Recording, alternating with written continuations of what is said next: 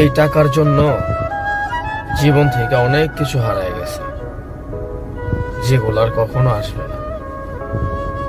টাকা তো পাইলাম, জীবনের যেই মুহূর্তগুলো ছিল, যে আনন্দগুলো ছিল, আজকে সেগুলো হারিয়ে গেছে।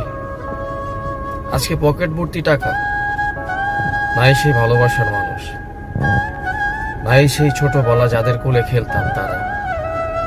না তাদের জন্য কিছু করতে পারলাম, না তাদেরকে খুশি দিতে পারলাম।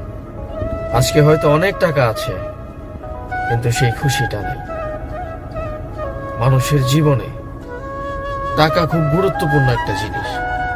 আপনি টাকার পিছনে ছুটবেন, আপনি আপনার জীবনের ভালো ভালো কিছু মুহূর্ত আপনি হারিয়ে ফেলবেন।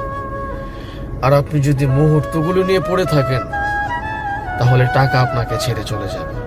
সবকিছুর ঊর্ধ্বে টাকা, এখন বুঝতে পারলাম।